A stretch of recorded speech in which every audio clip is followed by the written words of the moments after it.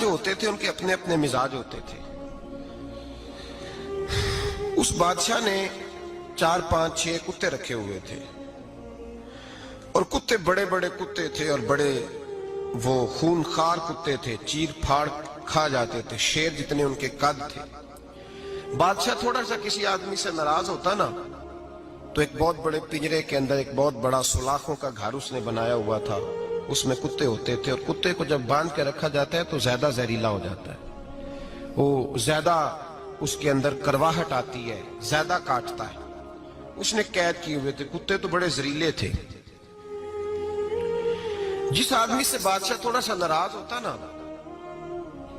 تو وہ کتے کے آگے اس آدمی کو ڈالتا, کتے اس کو چیر پھاڑ کے کھا جاتے. یہ سزا تھی, لوگوں کو پتا تھا. بادشاہ کے وزیر نے بڑی خدمت کی بادشاہ کی, 35 سال تک نوکری کی. لیکن ہر سورج نے غروب تو نہیں ہوتا ہے نا, ہر چاند نے ڈھلنا بھی ہوتا ہے. اب بوڑھا ہونے لگا, وہ جو مضبوط حافظہ تھا وہ کمزور ہونے لگا, ہلکی ہلکی غلطی. بادشاہ مزاج کا بادشاہ تھا, پر نہیں سمجھ میں آیا. تو میں نے کہا کہ لوگ کہتے ہیں ہمیں کام پیارا ہے, چم نہیں.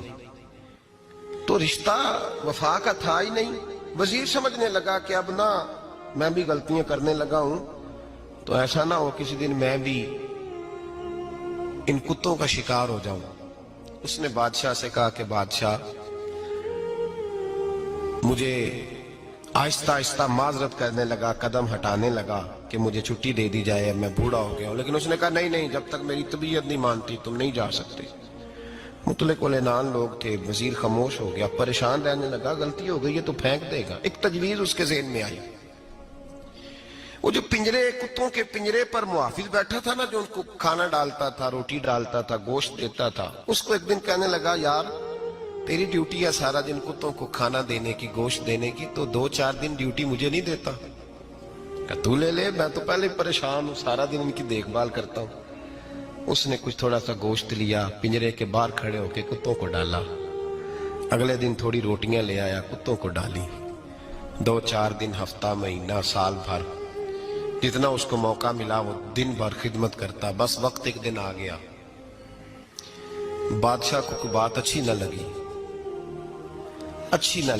اس نے کہا اس بڈھے کو اٹھاؤ اور ڈالو کتوں کے پنجرے میں. ساری زندگی یہاں رہا, اسے ابھی تک نہیں پتا چلا میرے مزاج کا.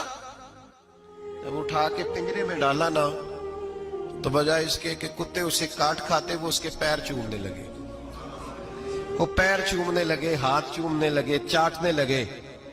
تو بادشاہ اب سامنے کھڑا تھا نظارہ دیکھنے کو کہ چیر پھاڑ کرتے تو خوش ہوا کرتا تھا, خونخوار درندے جیسی اس کی طبیعت ہو گئی. جب دیکھا وہ پیار کر رہے ہیں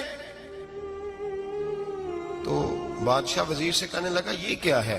تو وزیر رو پڑا, کہنے لگا تو سیاستدان تھا تو میں بھی سیاستدان تھا, ساری زندگی سیاست کی لیکن دنیا داروں کے ساتھ رہا, تو انجام یہ ہوا کہ مجھے اس پنجرے میں ڈال دیا گیا. دیکھ تو بہت بڑا سیانہ تھا اور میں بھی سمجھدار تھا, وزیر رہا, لیکن ہمارا روح کا رشتہ نہ بن سکا. ارے ہم سے تو یہ کتے ہی اچھے نکلے. تیری 40 35 سال خدمت کی تو تو نے کتوں کے آگے ڈال دیا. انہیں تو چند مہینے روٹی ڈالی ہے, میرے وفادار ہو گئے. چند مہینے روٹی, جنہ تنا وچ عشق نہ رچیا کتے او نہ تھی چنگے. جنہ تنا وچ عشق نہ رچیا کتے او نہ تھی چنگے. مالک دے کر راکھی کر دے سابر بھکھے ننگے. اور بابا بلے شاہ صاحب فرماتے ہیں تو راتی جاگے تے شیخ صدا میں, راتی جاگ دے کتے تے تیتھوں اتے مالک دا در مول نہ چھڑ دے. پاویں مارو 100 جتے تے تیتھوں اتے رکھا سکھا کھا. دنے جار رکھاں وچ ستے تیتھوں اتے ایک برکی دا قدر پچھانن.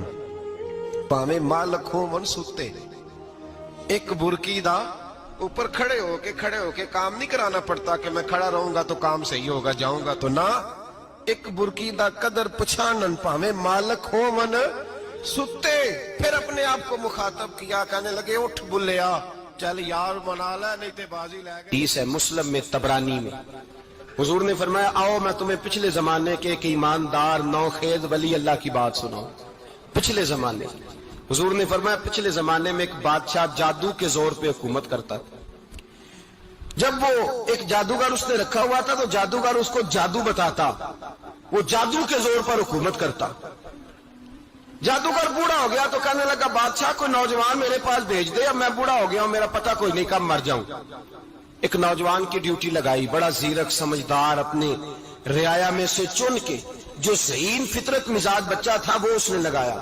اللہ کے محبوب علیہ الصلوۃ والسلام فرماتے ہیں بچہ جادو سیکھنے لگا, وقت گزرنے لگا. بچہ جب جادو سیکھنے جاتا تو رستے میں ایک راہب بھی تھا جو انجیل جانتا تھا, وہ اللہ اللہ سکھاتا, لوگوں کو حضرت عیسیٰ علیہ السلام کی تعلیمات سے آگاہ کرتا.